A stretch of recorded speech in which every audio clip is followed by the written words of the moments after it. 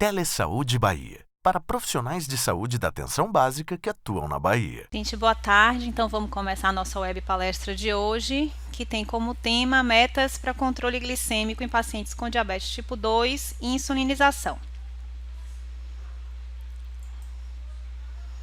Aqui a gente tem a agenda, né? A gente vai falar um pouquinho sobre o diabetes no Brasil e no mundo, quais os objetivos dos pacientes com diabetes tipo 2 no tratamento, como é que a gente faz o segmento, o acompanhamento dos pacientes com diabetes tipo 2, a insulinização e as conclusões. Esse primeiro slide nos mostra a chamada epidemia de diabetes no mundo. É um slide bastante conhecido, publicado pelo IDF em 2017, e mostra alarmantes taxas de diabetes previstas para 2045. Então, há uma previsão de aumento da prevalência de diabetes no Oriente Médio e na África em torno de 110%, e 156% na África como um todo, 62% de aumento da prevalência do diabetes aqui na América Central e América do Sul. Então, isso faz a gente ficar bastante atento. Essa prevalência é maior em países que têm uma condição socioeconômica mais baixa, países em desenvolvimento ou subdesenvolvidos. E trazendo para a nossa realidade no Brasil, o nosso país ele ocupa o 4º lugar no ranking mundial, de acordo com dados do IDF de 2017, entre pessoas de 20 a 79 anos, nós temos no Brasil cerca de 13 milhões de pessoas com diabetes. Então, são dados que de fato chamam bastante atenção para o cuidado que a gente deve ter, tanto no diagnóstico precoce, quanto na correta condução dos pacientes que já têm diagnóstico e seguem em tratamento. Ainda dados epidemiológicos no Brasil, a gente conhece dados de 2006 a 2017, então cerca de uma década, né, de dados que demonstram o aumento da prevalência do diabetes no sexo masculino em torno de 54% e entre as mulheres esse crescimento gira em torno de 28%. Isso mostra para a gente que ainda nessa década de 2006 a 2017, dados do Ministério da Saúde, houve um aumento na prevalência de diabetes na ordem de 5,5% para 8,9%. A cidade do país que tem a maior prevalência atualmente de casos de diabetes é o Rio de Janeiro. Então, chegando aqui bem para o motivo da nossa aula hoje, do nosso web encontro, quais os objetivos do tratamento nos pacientes com diabetes tipo 2?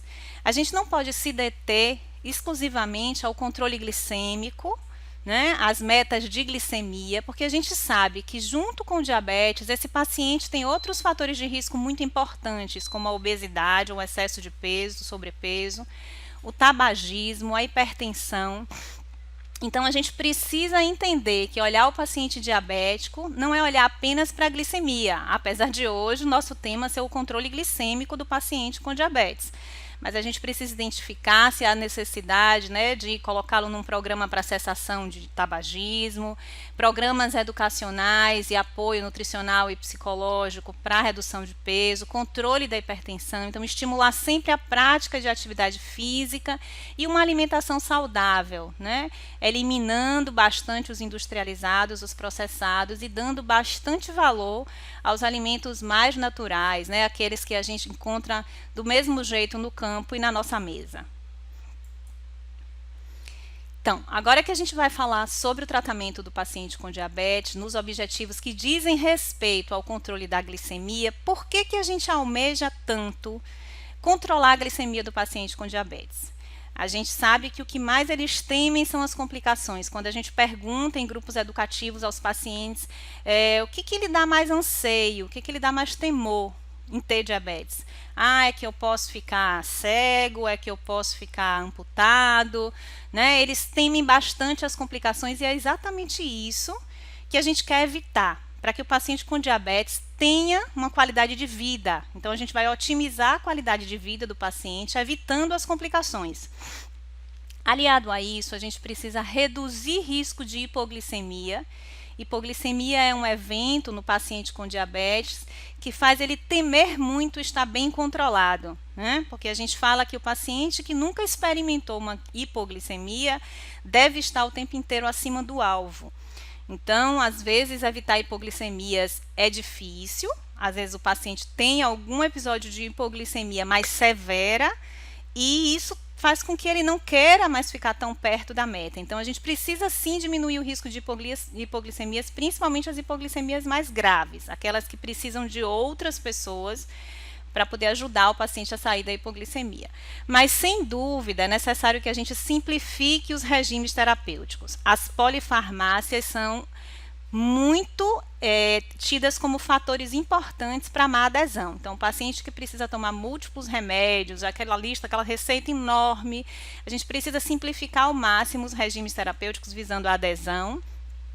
E com isso, a gente vai alcançar as metas do controle glicêmico. As diferentes sociedades científicas apontam metas que podem diferir um pouco entre elas, né?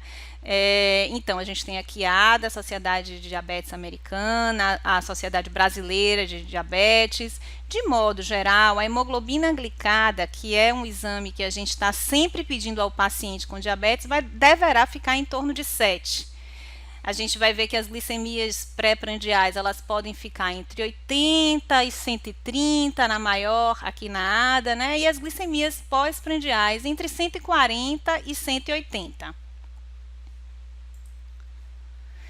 Então, para ficar bem fixado na nossa mente, qual é o nosso objetivo de hemoglobina glicada para pessoas adultas, exceto gestantes, que têm diabetes? É uma hemoglobina glicada de 7, né? A gente precisa lembrar que esse teste de hemoglobina glicada, ele precisa ser feito com uma metodologia certificada.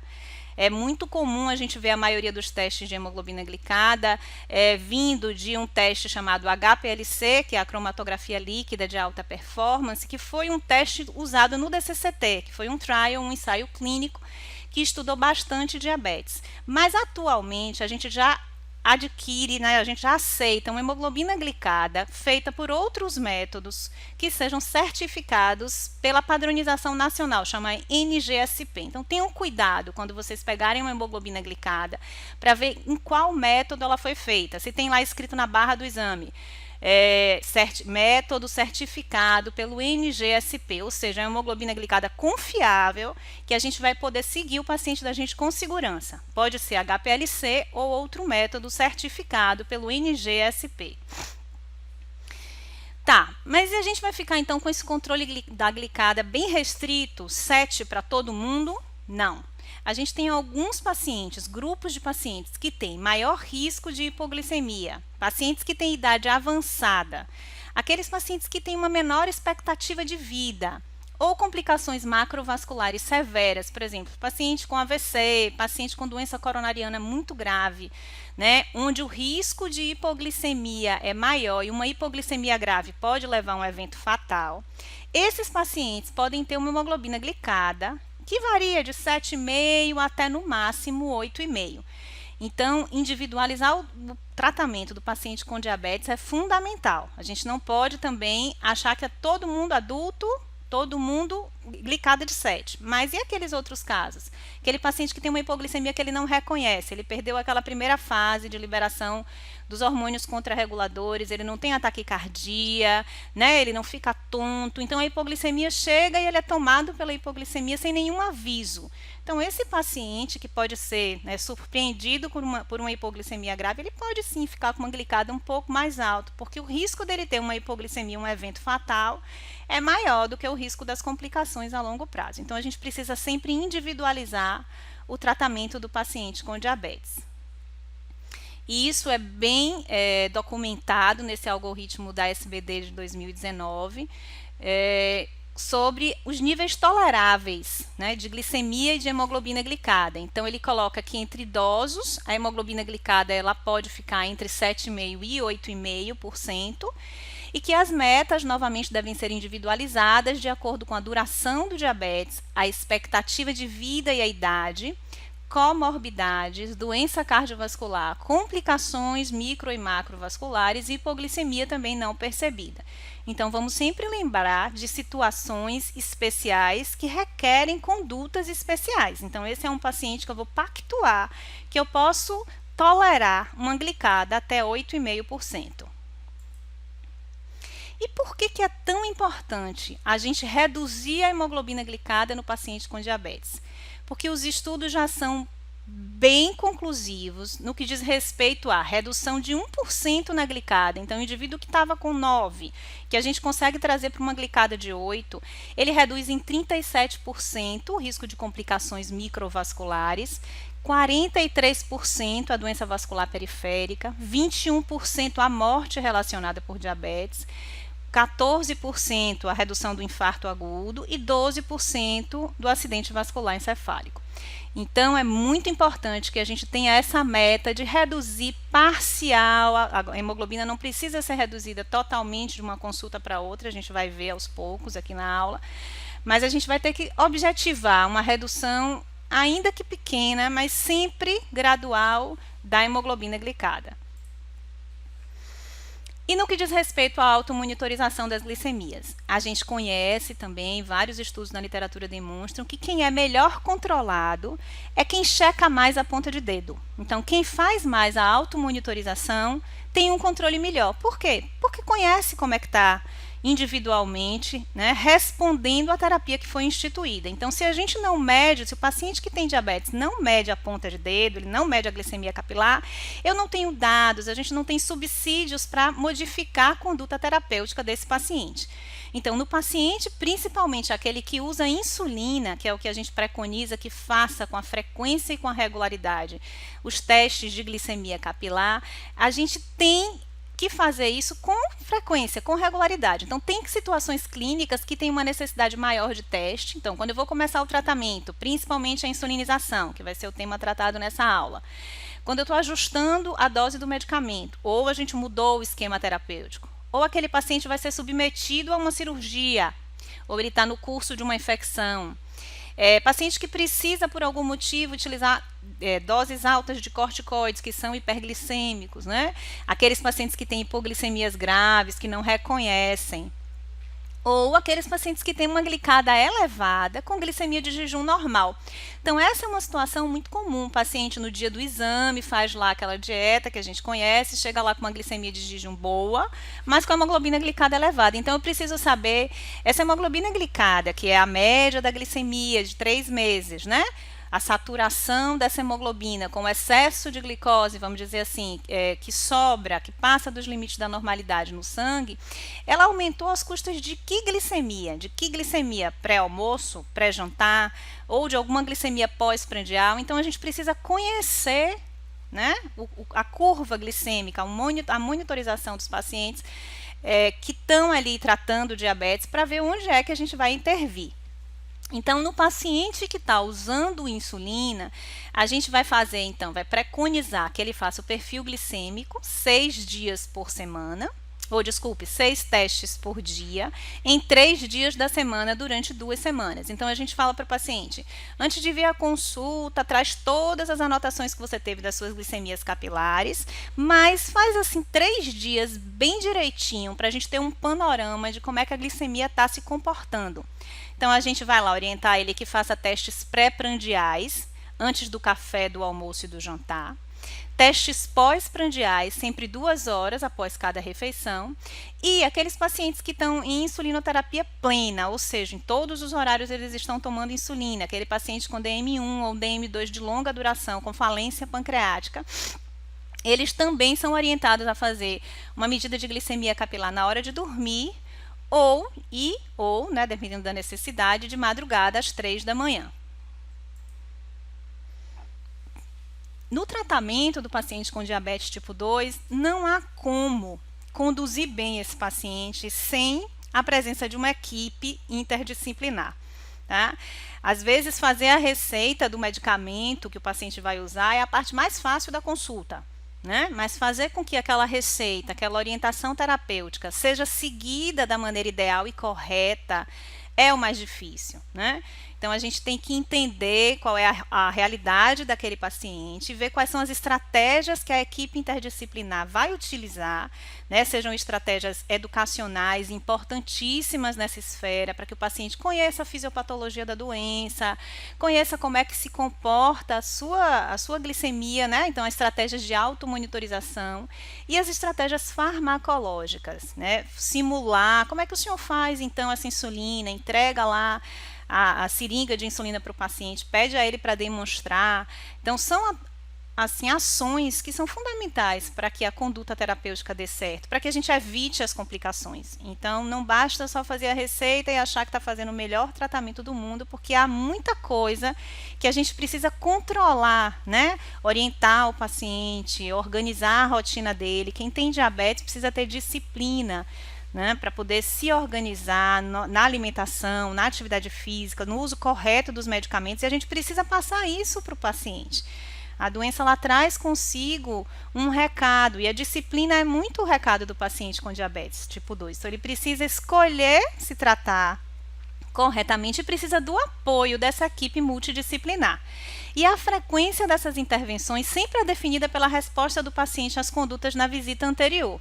Então, muitas vezes você explica, o paciente vai para casa, quando ele volta na consulta seguinte, não fez nada do que a gente pensou que era para ter feito. Então, a gente recomeça o processo para que a gente não siga achando que o paciente fez o que foi, né, orientado na primeira visita e a gente nem sondou para ver se ele estava fazendo mesmo o que foi prescrito, as orientações que foram passadas. Então, esse time de tratamento, de condução do paciente com diabetes tipo 2 é fundamental.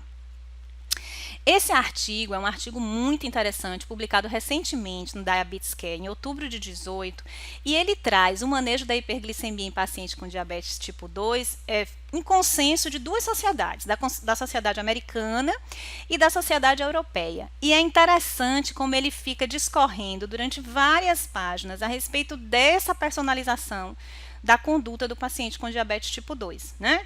Então, ver como é que é o perfil cultural, social desse paciente que tem diabetes tipo 2, qual é a estratégia, como é que eu vou falar para esse paciente que tem diabetes? Esse paciente compreende o linguajar que eu estou usando, esse paciente precisa de um apoio da psicologia, esse paciente tem acesso às tiras, à monitorização.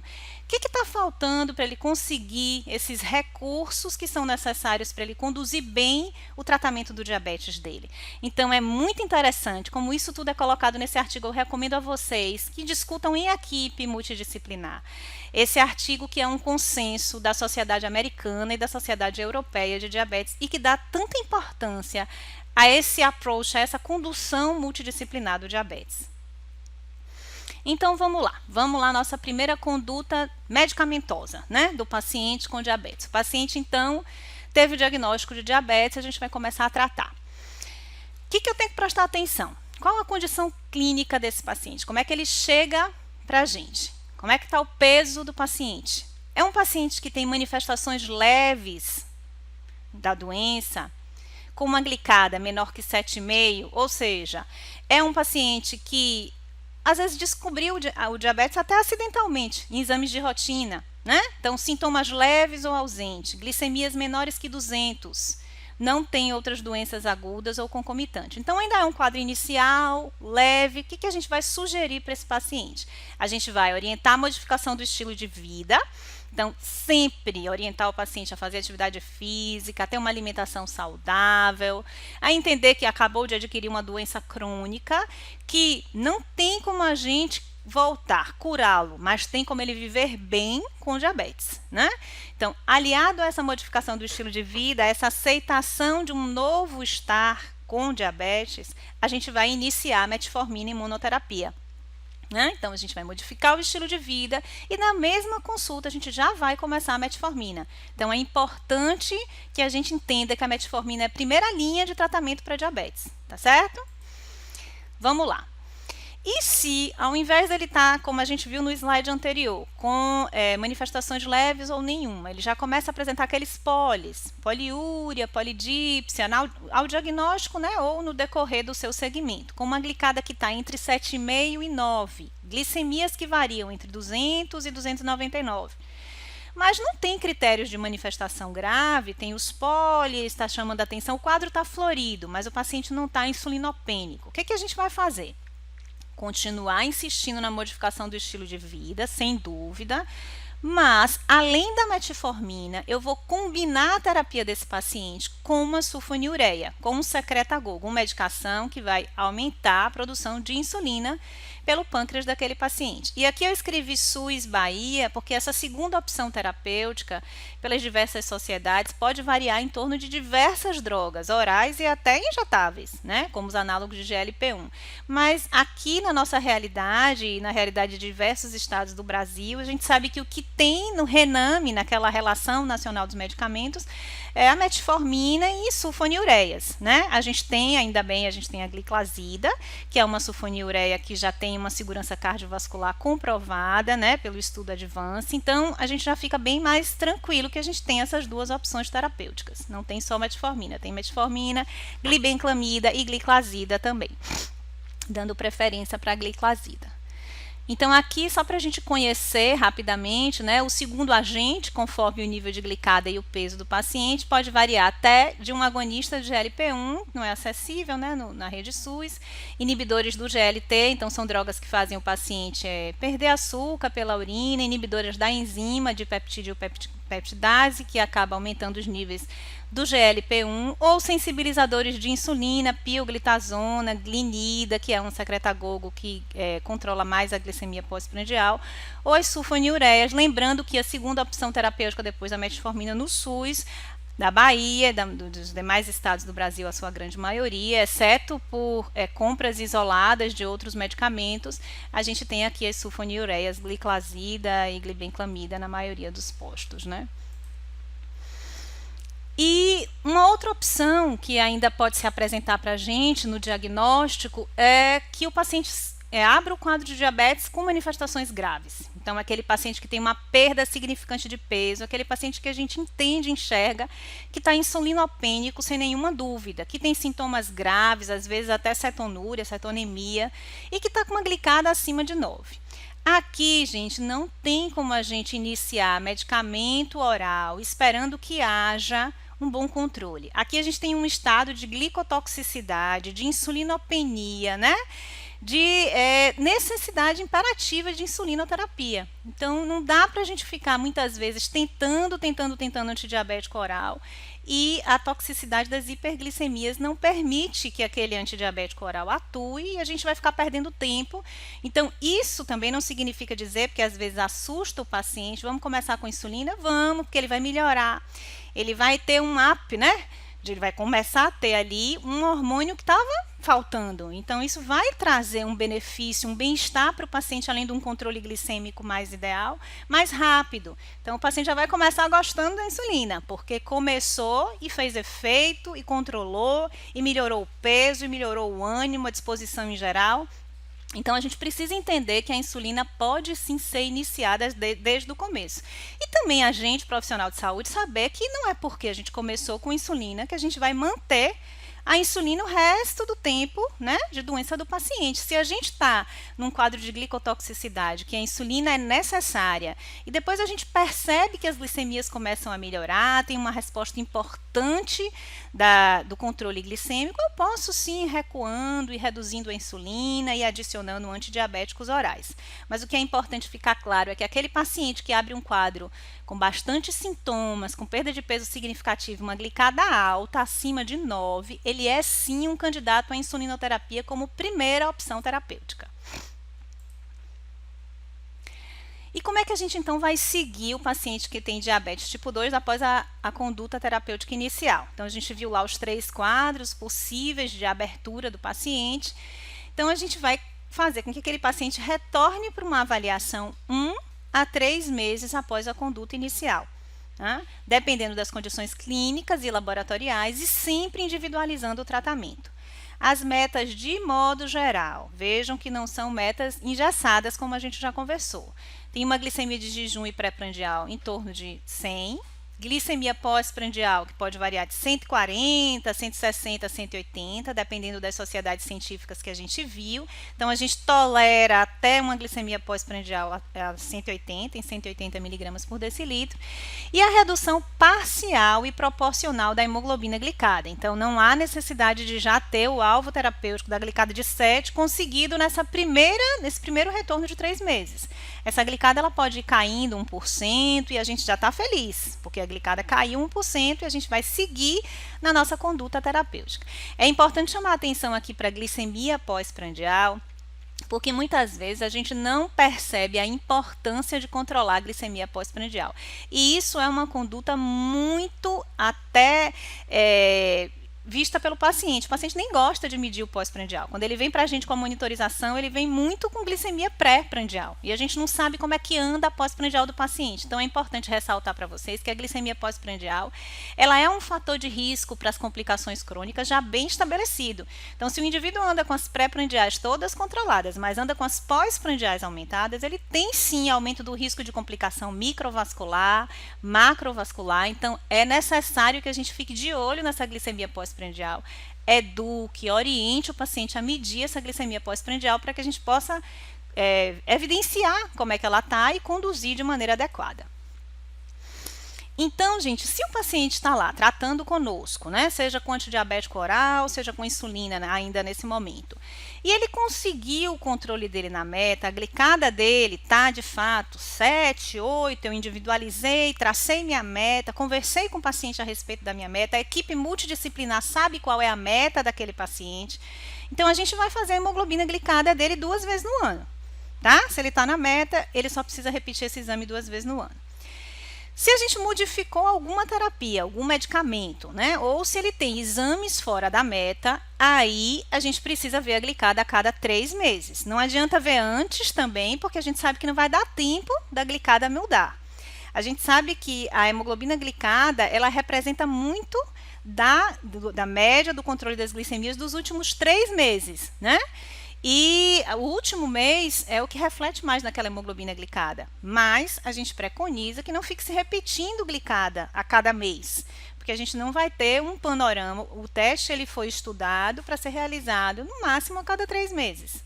Tá certo? Então, não precisa ficar de 2 em 2 meses. No máximo, assim, um intervalo de tempo menor entre uma glicada e outra deve ser 3 meses. Não precisa ficar pedindo todo mês a hemoglobina glicada.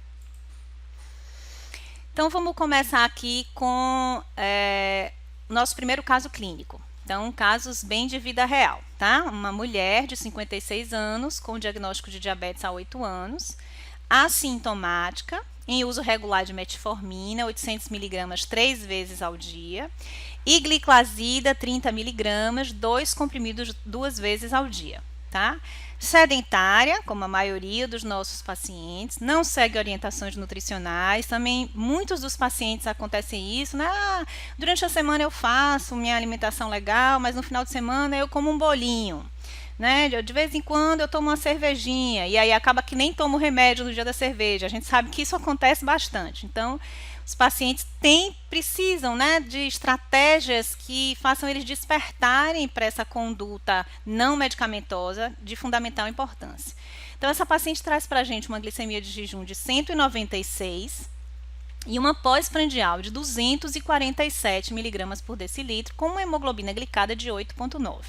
Notem que essa paciente já tem diabetes há 8 anos, né, usando dose máxima de metformina e de gliclazida. E tem uma hemoglobina glicada de 8,9%. Então, ela está fora da meta, né?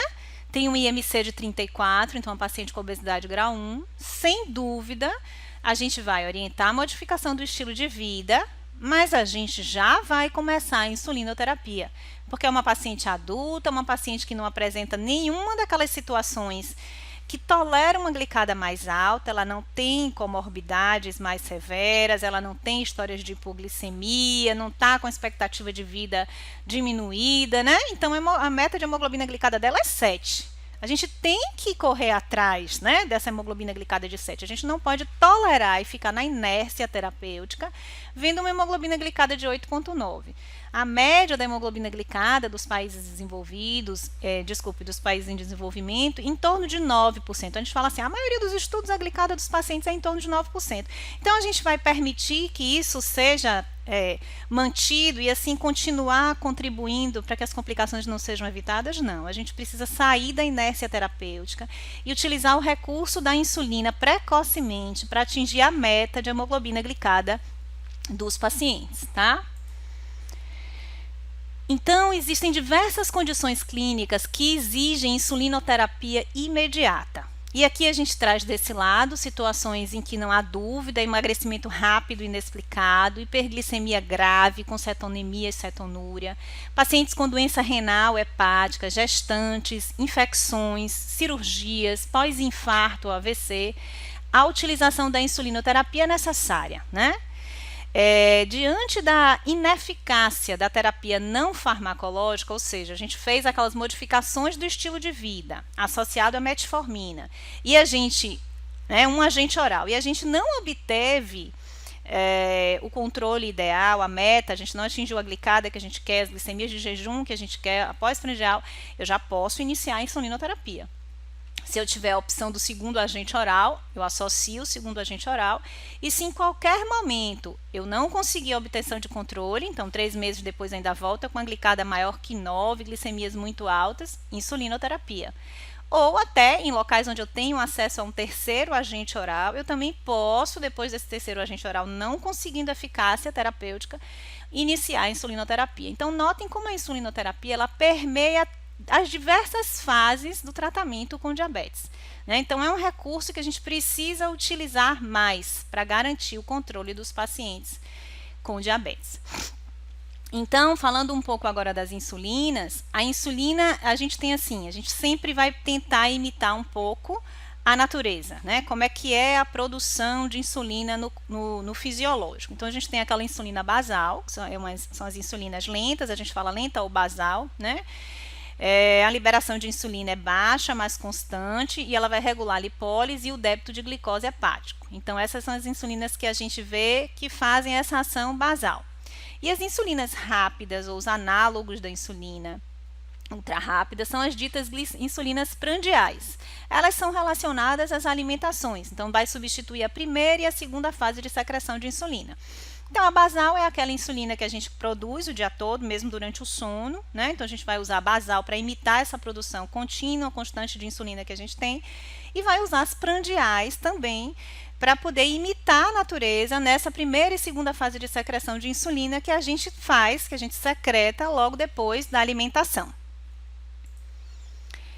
Então, passeando aqui pelos perfis de ação das diferentes insulinas e análogos de insulina, a gente tem primeiro aqui de vermelhinho a insulina lispro, asparte e glulisina. São insulinas ultra rápidas, né, que o Ministério da Saúde hoje libera para pacientes com diabetes tipo 1, tá?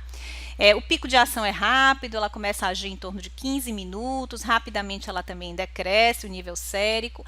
A insulina regular, que é amplamente distribuída no SUS, né, ela já começa a agir 30 minutos depois da ação e a gente vê aqui que 2 a 4 horas a gente não tem mais nada dela. A gente tem a insulina intermediária, que é a NPH, cujo pico de ação é entre 8 e 10 horas. E em torno de 10, 12 horas ela já cai, né? Já não tem mais nível sérico, mas vejam que ela faz pico, a NPH, e a gente não tem as lentas de modo fisiológico fazendo pico, né? Então, a insulina que a gente produz o dia todo, ela não faz pico, mas a NPH, ela faz esse pico. E os outros análogos lentos de insulina, que são DTMI, glargina, degludeca e tugel. Só para a gente lembrar um pouco do perfil de ação, principalmente da insulina regular, e da insulina NPH, que são as amplamente distribuídas no SUS, sobre as quais a gente vai conversar um pouquinho aqui nos casos clínicos, tá bom? Então, voltando lá para o nosso caso clínico 1, em que a gente viu sem nenhuma dúvida que a paciente tinha diabetes há 8 anos, então, o paciente que já tem entre 5 e 10 anos de doença, de modo geral, ele já tem uma falência pancreática, né? Então, o tempo de doença é importante. Ele vai precisar, em algum momento aí, da insulinoterapia. Então, a gente vê que a hemoglobina glicada estava fora da meta e a gente pensou, não, vamos lá, vamos começar a insulina para esse paciente. Como é que eu começo a insulina para esse paciente? Uma maneira da gente começar a insulina para o paciente, bem já sedimentada na prática clínica, é colocar uma dose de insulina ao deitar, em torno das 22, 21 horas, respeitando lá a hora de dormir do paciente, né? E como é que a gente faz essa conta? A gente então vai usar ou 10 unidades como uma escolha inicial, passível de mudança, claro, ou por quilo de peso, 0,2 unidades por quilo dia, tá certo? E a gente vai manter todos os antidiabéticos orais, tá? Como a gente faz essa insulina aqui bedtime na hora de dormir, muitas vezes se o paciente usa algum secretagogo de insulina nesse horário, a gente pode sim suspender esse secretagogo, essa sulfonilureia da KID de noite, manter só de manhã, né? O sensibilizador de insulina metformina a gente pode manter e aqui a insulina ao deitar, bedtime. Também pode ser mantida a gliclazida aqui, tá certo? É uma opção manter ou não. Vamos ver o que aconteceu lá com a nossa paciente. O que foi feito então? Nós suspendemos a gliclazida noturna dela, né? Ela estava usando 60 miligramas de manhã e 60 miligramas à noite. Então, ela ficou só com 60 miligramas de manhã. Foi iniciado insulina NPH, 14 unidades pela manhã, à noite, às 22 horas. Como a gente falou, então, a gente começou com uma dose única, bedtime. E a partir daqui, a gente vai titular a meta, titular a dose da insulina de acordo com a meta da glicemia de jejum e hemoglobina glicada para aquela paciente. Então, sendo uma paciente de 56 anos, sem comorbidades, com diabetes há 8 anos, a gente tem uma meta de glicada de 7 e a glicemia de jejum dela uma meta de 100. Aqui desconfigurou um pouco, não sei por que saiu esse símbolo aqui, mas a gente pode aumentar 2 unidades de insulina a cada 3 dias, de acordo com a hipoglicemia, de acordo com a glicemia de jejum. Então, se a gente começou com 14 unidades para esse paciente e a glicemia de jejum que ele retorna ainda está alta, né? Então, isso aqui é uma orientação legal para ser compartilhada entre toda a equipe, porque isso aqui a gente orienta tanto o paciente quanto o profissional de saúde que está lá acompanhando ele, não necessariamente o médico, né? Então, a gente pode aumentar 2 unidades a cada 3 dias, né, na insulina de noite, na insulina das 10 horas da noite, com o objetivo de obter uma glicemia de jejum entre 100 e 110. E a gente vai fazendo isso a cada 3 dias até que esta glicemia esteja, né, no objetivo, a gente alcance o objetivo que a gente colocou.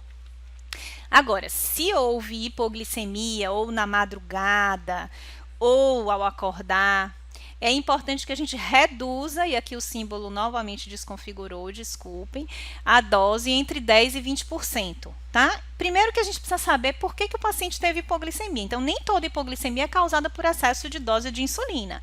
A insulina que a gente está usando aqui é a insulina NPH, que faz pico. Então, o paciente precisa ser orientado a fazer a ceia, a não omitir nenhuma refeição. Então, é importante que essas orientações sejam dadas e sejam cumpridas, porque às vezes o paciente traz a monitorização, tem uma hipoglicemia, a gente não pergunta, porque já vai diminuir a dose da insulina e, na verdade, era só uma orientação alimentar que o paciente precisava ter. Fez a ceia, comeu o quê? Né? Teve uma proteína nessa ceia, ou foi um carboidrato simples que não sustentou sua glicemia até o acordar, para a gente não mexer na insulina, quando, na verdade, a causa da hipoglicemia não foi a insulina, e sim a omissão da refeição, ou uma refeição não balanceada. Então, depois de 3 meses, essa paciente retorna usando a metformina que ela já estava usando. Lembrar que a paciente tinha um IMC de 35, né, 33, ela tinha uma obesidade grau 1, gliclazida pela manhã e a insulina NPH 14 unidades ao deitar.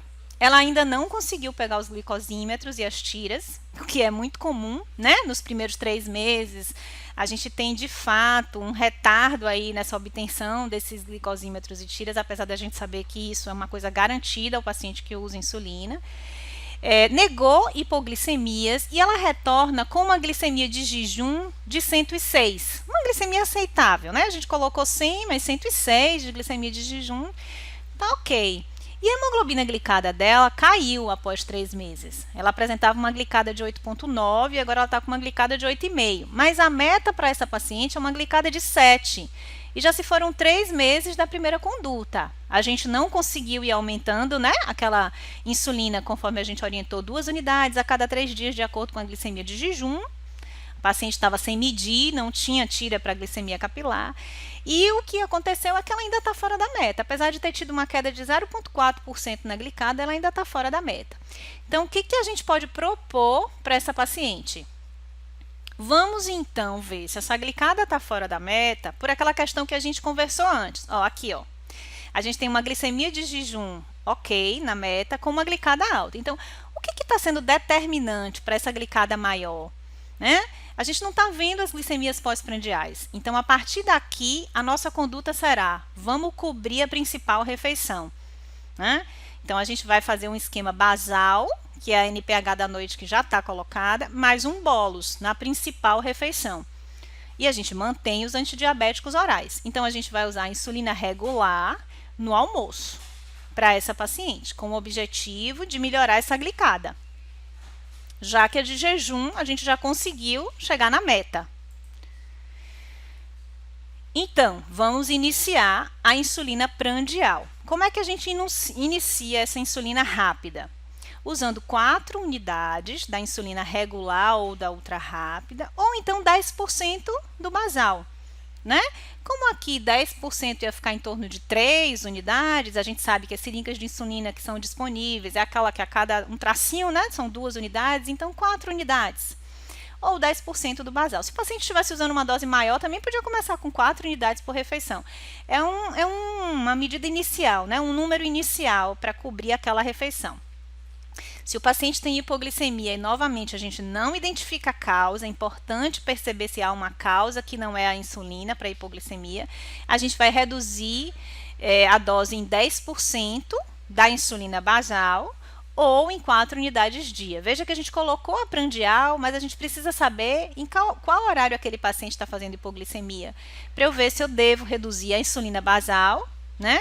E por quê? Porque eu dei a insulina basal às 22 horas e dei a prandial no almoço 4 unidades. Então, se o indivíduo está fazendo hipoglicemia agora, na hora de acordar, eu vou reduzir, sim, a insulina basal da noite. Mas se a hipoglicemia dele vai vir assim antes da janta, eu vou ver se eu, de fato, né, preciso reduzir essa insulina prandial que eu iniciei.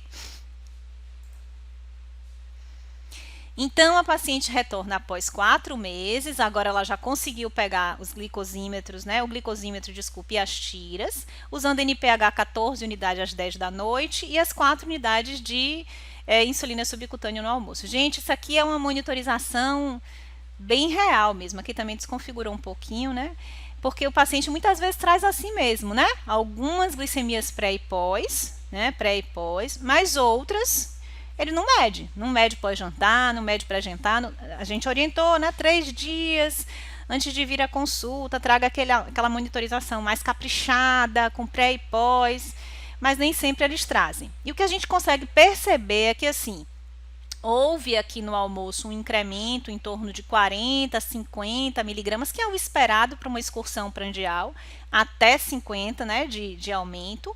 Então, aqui a gente não vai mexer na insulina rápida do almoço, mas a gente nota que houve uma excursão prandial importante no café da manhã. Então, estava com uma glicemia de 78, subiu para 285, uma glicemia de 96, no que a gente pôde ver, né?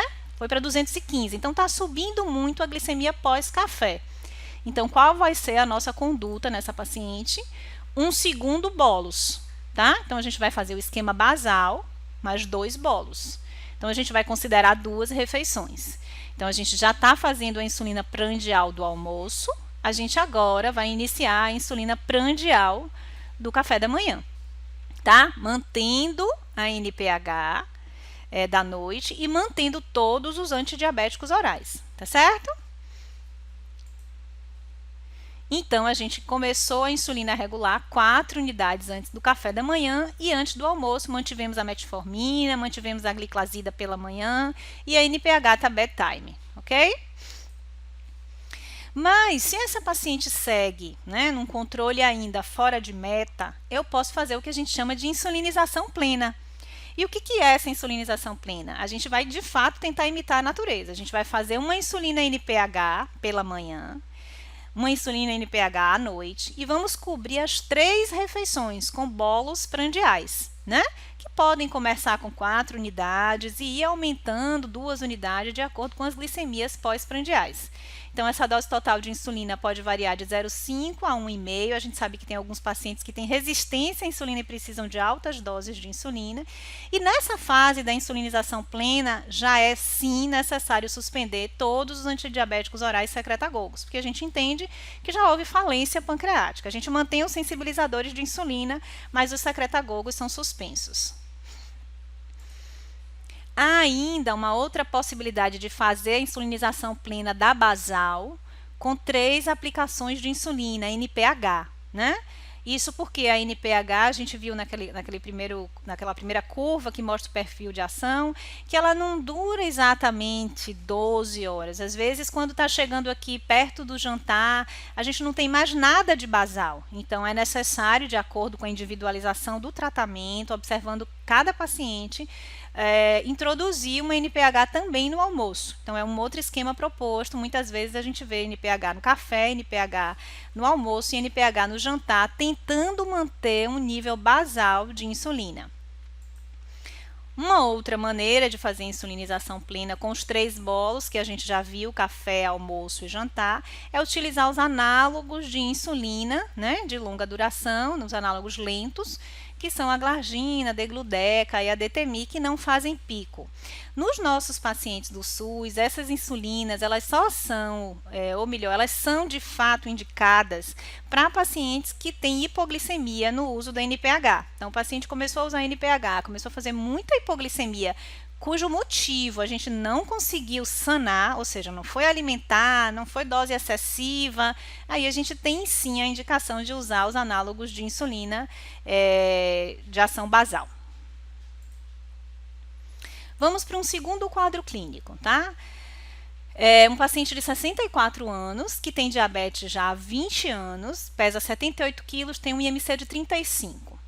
Ele vem à consulta já em uso de metformina, 3 vezes ao dia, e em uso de insulina. A gente preconiza, no CEDEB a gente usa muito essa maneira de descrever no prontuário o uso da insulina, que são essas barras, né, que separam as doses antes do café, antes do almoço, antes do jantar e ao deitar. Então, esse paciente estava usando 30 antes do café, 14 antes do almoço e 24 ao deitar de insulina NPH. E de insulina regular, o paciente estava em uso, então, de 8 unidades antes do café, 10 unidades antes do almoço e 8 unidades antes do jantar. E, claro, por se tratar de uma insulina prandial, ele não vai usar a insulina prandial ao deitar, né? Então, a dose total de insulina do paciente é 1,2 unidades por quilo dia, e esse traz uma monitorização perfeita, de 3 dias, dos 3 últimos dias, com pré e pós-prandial bem bonitinha. E o que a gente percebe aqui é que existe uma glicemia de jejum mais ou menos dentro da meta, que a gente coloca de 100, né, mais ou menos. Mas olha aqui, ó, uma excursão prandial enorme, então o paciente sobe aqui quase 200 pontos. Aqui 85 pontos, aqui 100 pontos. Então, ele está fazendo uma excursão prandial importante. O incremento da glicemia pós-café é muito alto. Chega no pré-almoço com glicemias que não estão na meta, mas que podem ser consequência dessas hiperglicemias pós-café. De novo, ele sobe muito pós-almoço e novamente sobe muito pós-jantar. Então, o que a gente percebe é que um paciente que precisa de ajuste da insulina regular, da insulina prandial. Então, é um paciente que tem obesidade grau 2, que tem resistência à insulina, que necessita de altas doses de insulina e que tem excursões prandiais. O que a gente fez, então, nesse caso? Aqui o símbolo desconfigurou novamente.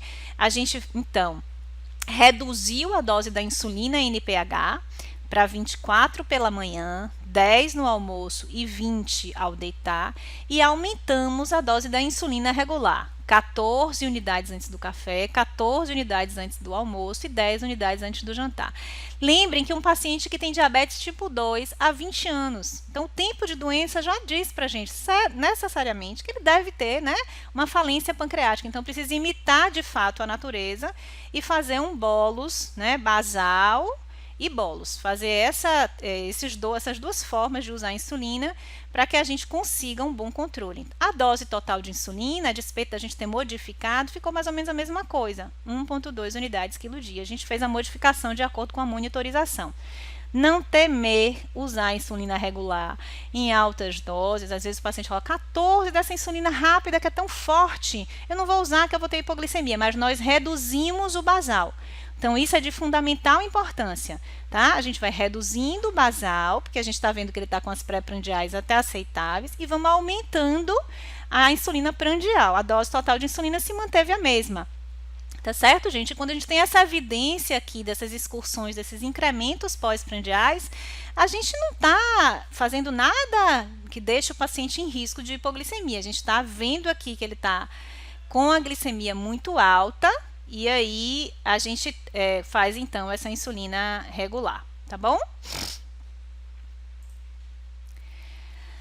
Então, a gente está chegando aqui nas conclusões, os fatores, então, que são associados à baixa adesão ao tratamento. O custo dos medicamentos, então, sempre na escolha terapêutica, a gente precisa identificar se aquele paciente vai ter acesso ao medicamento, né? E se não, se ele tem condição de comprar o medicamento, tá? Então, não adianta prescrever e não quero saber como é que isso vai acontecer. Se vire, meu senhor, compre seu remédio. Não é assim. A gente precisa sempre as estratégias de tratamento do paciente com diabetes, com qualquer doença crônica, precisam prever o que é possível para aquele paciente, a gente tomando as medidas subsequentes de acordo com o que o paciente está fazendo como possível. O paciente precisa compreender o regime terapêutico, então muitas vezes utilizar recursos como a receita que tem lá um solzinho, uma luazinha, um garfo, uma faca. A gente precisa entrar na realidade do paciente e fazer ele compreender qual é o regime terapêutico. Cada vez mais simplificar o tratamento, né? Então evitar a polifarmácia, colocar medicamentos que possam ser usados em 2 vezes ao dia, né? Enfim, facilitar mesmo. Fazer o paciente entender que o medicamento que ele usa vai garantir a ele uma vida livre de complicações, que é o que todos temem, tanto o médico quanto o paciente, né?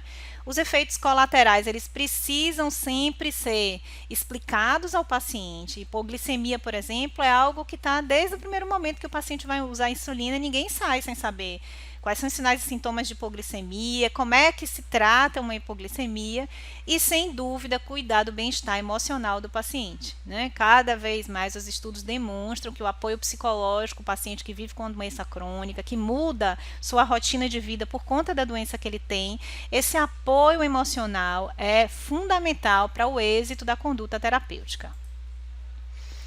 Como é que a gente melhora, então, a adesão? Identificar pacientes que necessitem de intervenção, tá? Então, no último grupo que a gente fez lá no CEDEBA, um grupo de pacientes com diabetes tipo 1, a gente teve um paciente que não conseguia fazer a insulina em casa, um paciente analfabeto, e todos os dias ele precisava ir ao posto para fazer a insulina, né, e para medir a glicemia, porque ele, inclusive, tinha medo de usar a insulina sem medir a glicemia, mesmo a insulina basal, um paciente com diabetes tipo 1. Então, assim, ele não trazia nunca monitorização dia e de noite, porque ele não sabia transcrever o que dava no glicosímetro para o papel, né? Ele não sabia manusear a glicemia dele, porque ele não sabia identificar os números. Então, a gente vai ter que precisar identificar para esse paciente. Como é que eu vou fazer para esse paciente? Primeiro, ele entender que a basal não vai causar essa hipoglicemia, que ele vai ficar hiperglicêmico se ele não tomar basal. Então, às vezes, eles acham que estão com a glicemia de 100 e não vão tomar insulina e não tomam sequer a basal, né? Então, precisa tomar a basal. Então, explicar de novo para o paciente mais uma vez é necessário para que a conduta tenha êxito. Individualizar. Qual é a dificuldade desse paciente? Tá? Esse paciente, ele está com dificuldade em quê? Em fazer a monitorização? Né? Ele está com dificuldade em aplicar a insulina?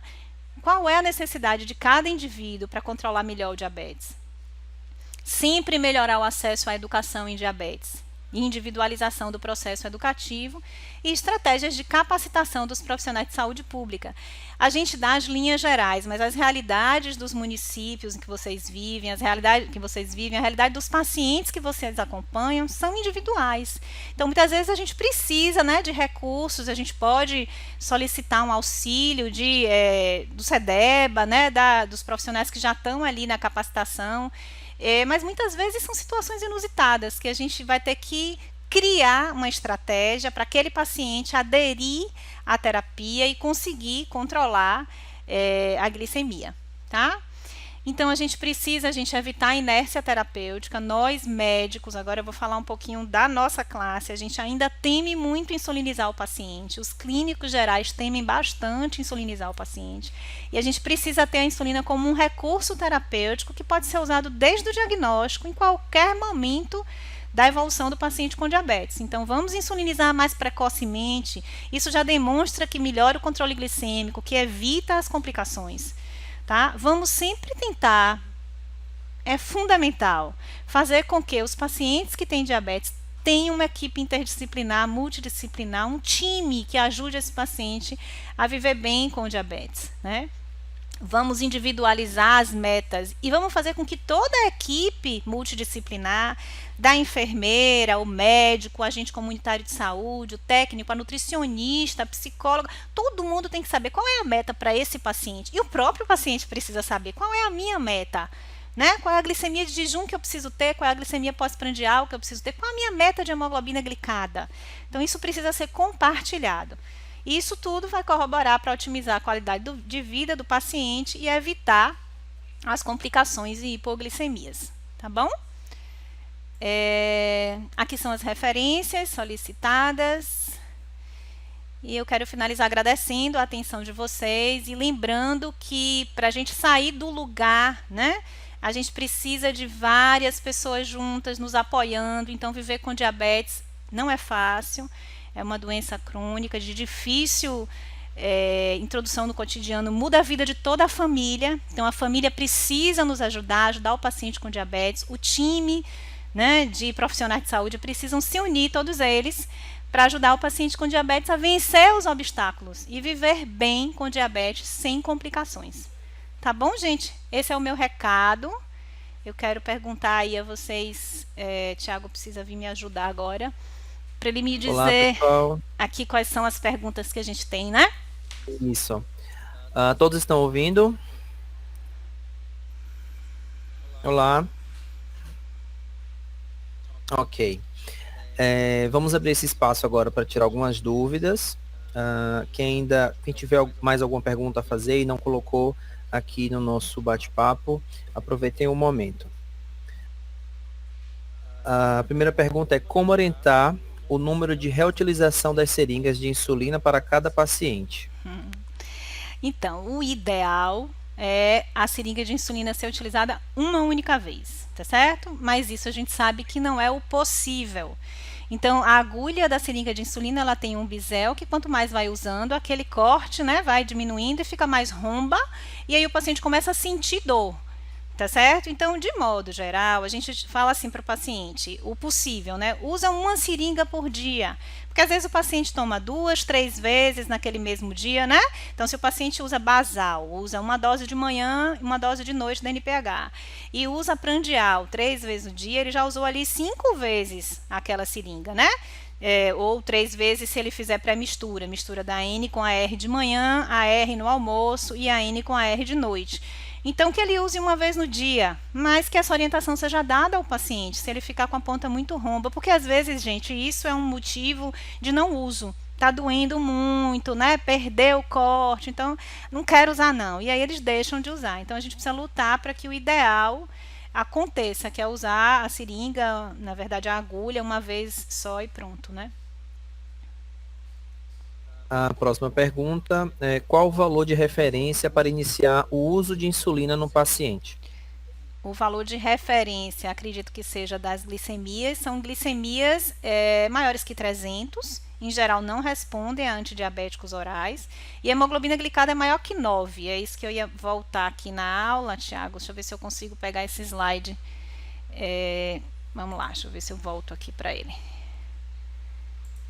Acho que é o 4º ou 5º slide agora. É isso aqui, ó. A gente então vai perceber que é um estado de glicotoxicidade em que o antidiabético oral não vai funcionar, né? Então a gente vai sim iniciar a insulina num primeiro momento.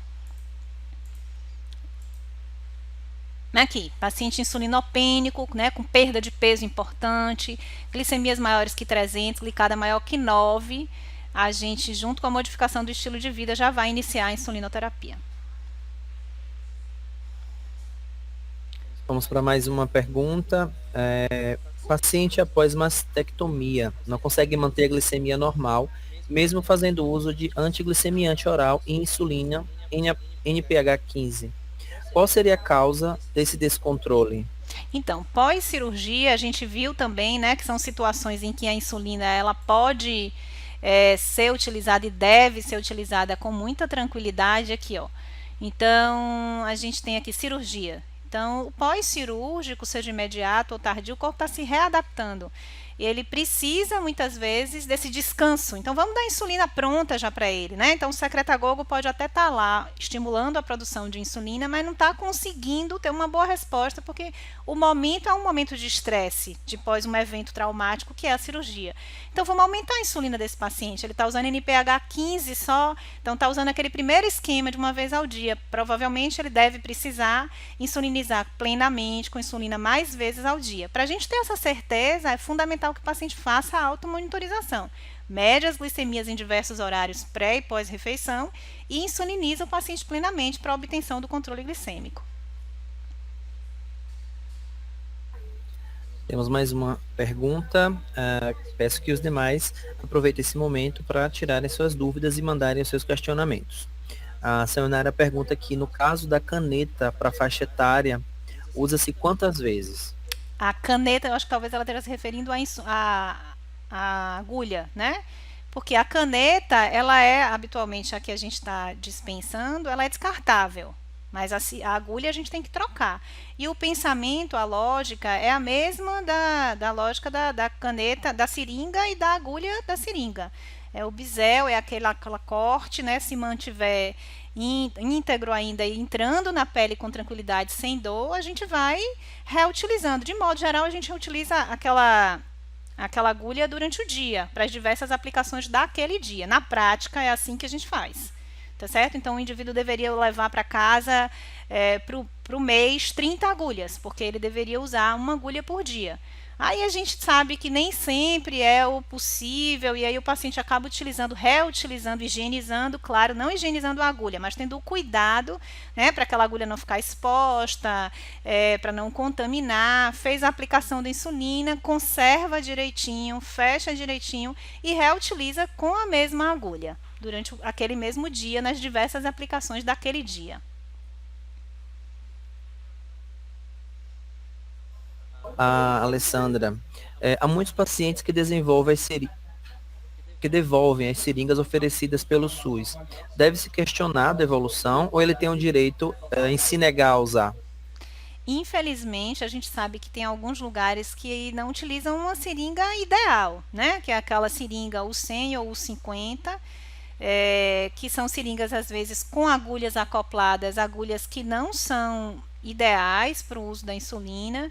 Então, se a equipe multidisciplinar está identificando junto com o paciente que aquela agulha, que aquela seringa não é ideal para o paciente, ele tem sim o direito de questionar e de devolver, porque ao paciente, gente, é dado o direito de utilizar um insumo, seja a agulha, seja a caneta, necessário para o uso da insulina, né? Se a gente não identificar isso, a gente não consegue mudar esse panorama. Então, a gente tem que identificar que aquele local está utilizando uma seringa inadequada e modificar isso. Então, a gente tem que se unir ao paciente e procurar um recurso, uma estratégia, chegar ao gestor, junto ao gestor, identificar lá por que está comprando essa insulina que não é a ideal e modificar essa conduta, porque isso é fundamental. Se a gente não faz isso, a gente acha às vezes que é bobo, mas se a gente não faz isso, a gente não garante os outros passos da conduta terapêutica, né? A gente não garante que o paciente use adequadamente a insulina, a gente não evita as complicações. Uma pergunta que chegou pelas redes sociais. No caso da insulinoterapia inadequada, o paciente ele pode apresentar alguns sintomas? Quais seriam esses? A insulinoterapia inadequada, no que diz respeito ao excesso de dose, o principal efeito colateral da insulinoterapia inadequada é a hipoglicemia. Por isso que a gente foi fazendo esses ajustes ao longo da discussão dos casos paulatinamente. Então, a gente não precisa, no início da terapia, já começar com uma terapia de insulinização plena, como a gente colocou aqui.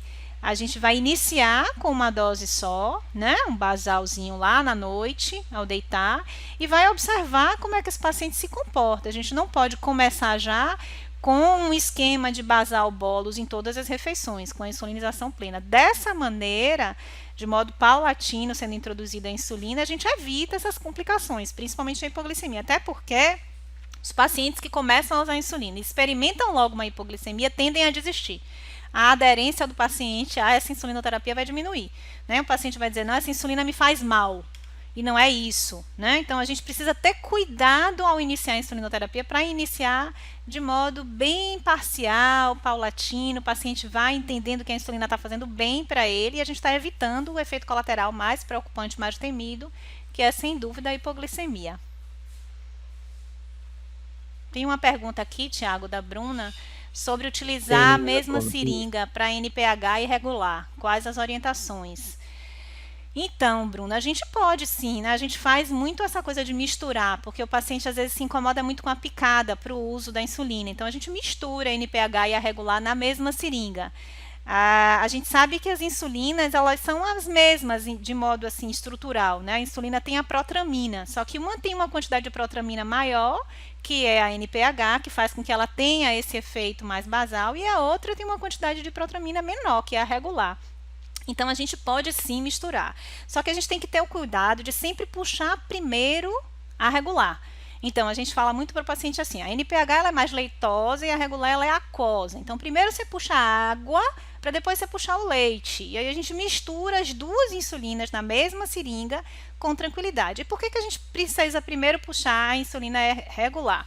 Porque quando eu já estou com a insulina regular dentro da minha seringa e eu vou colocar agora a minha seringa no frasco da NPH para puxar a NPH, se eu contaminar o frasco da NPH com um pouquinho de regular, não tem problema, porque a NPH é a que tem mais essa protramina. O contrário, se eu puxo primeiro a NPH, estou lá com a leitosa dentro da seringa e vou no frasco da regular para puxar a regular depois e cair essa NPH dentro do frasco da regular, a minha insulina rápida vai ficar lenta. Então, sempre a orientação é, primeiro puxa a insulina regular, a insulina aquosa, né? Para depois a NPH, a que parece o leitinho lá que a gente precisa homogeneizar para usar. Mais uma aqui da Juliana. Se o paciente morar na zona rural e não tiver energia elétrica, como armazenar insulina para uso diário? Ótima pergunta, Juliana. Então, a gente tem que orientar o paciente a deixar no lugar mais fresco, né? Se for o frasco de insulina, sabe aqueles potes, né, que a gente sabe que no interior tem, de barro, de água, deixa a insulina ali pertinho, que é um lugar fresco. Não precisa botar dentro do pote, né? Nem precisa deixar na casa do vizinho, que tem lá não sei quantos quilômetros de distância, que o acesso vai ser difícil. Então, deixa a insulina no lugar fresquinho, mais fresquinho da casa que tiver, né? Não deixa exposta ao calor e pode usar a insulina sem problemas, tá? Lembrar que a insulina, gente, tanto em caneta quanto em frasco, a insulina que está aberta, está em uso, ela pode ficar junto com o paciente em temperatura ambiente. Então, se eu tenho minha caneta ou se eu tenho o meu frasco e eu vou estar aberto, eu estou em uso daquilo ali, eu vou viajar, eu vou passear, ele vai comigo, não tem problema nenhum, ele vai na minha bolsa, eu só vou ter o cuidado de não deixar a bolsa no sol, de não deixar no carro, né? Agora, a que está fechada, aguardando ainda para ser usada, ela está guardada lá na geladeira, tá certo? Uma última pergunta. É comum pacientes com diabetes em uso de hipoglicemiante apresentarem dor de cabeça noturna? Não, de modo geral, não, né? A gente não vê essa relação direta entre o hipoglicemiante e cefaleia. Tem que ver, sempre para a gente ter certeza dessas informações, se há alguma influência, a gente vai buscar medir a glicemia naquele momento. Será que o paciente está ficando com hipoglicemia e está se manifestando com cefaleia, né? De modo atípico? Então, para a gente dizer a ele, com certeza não é do medicação. Vamos medir a glicemia na hora que você está lá, né, com a cefaleia. De modo geral, não é um efeito colateral comum dos hipoglicemiantes orais, a cefaleia não. A Mariana ela perguntou aqui novamente sobre o acondicionamento quando fosse deslocar para outros lugares, né? Já vimos que se a que estiver em uso, o paciente ele pode guardar consigo, Isso. né? as que estiverem fechadas, né, a condicionar em locais frescos, não é Isso, isso? exatamente por isso. Aí ela pergunta se na hora de transportar tá fechada ainda, se precisa ir lá num lugar mais fresquinho, com gelox, ela precisa ir no isopor, certo? Para não ser exposta a nenhum tipo de calor excessivo. A gente não sabe quanto tempo vai ficar aquela insulina ali, então ela precisa ser salvaguardada em um ambiente mais refrigerado, porque ela vai estar transportando essa insulina. Na medida que abrir para usar, pode ficar em temperatura ambiente sem problema nenhum. Ok, não temos mais perguntas. Mais alguém gostaria de fazer alguma colocação? Obrigado, Mariana. Ok, estas foram as dúvidas da nossa atividade de hoje. Gostaria de aproveitar e convidá-los para amanhã estarmos juntos mais uma vez para falarmos sobre detecção precoce do câncer de próstata com o palestrante Joab. Gostaríamos de agradecer a todos por estar conosco, também a nossa palestrante, doutora Flávia, pela excelente explanação. Obrigada. E já desejar um final de tarde, né? E aguardamos todos vocês amanhã. Telesaúde Bahia, para profissionais de saúde da atenção básica que atuam na Bahia. Disponível em qualquer lugar e a qualquer hora. É fácil e sem complicação. Se você é integrante de equipe de saúde da família, núcleo de apoio à saúde da família, consultório na rua, mais médicos, programa Saúde na Escola e Academia da Saúde, se conecte com a gente. Por internet, telefone ou pessoalmente. Saiba mais: www.telesaude.ba.gov.br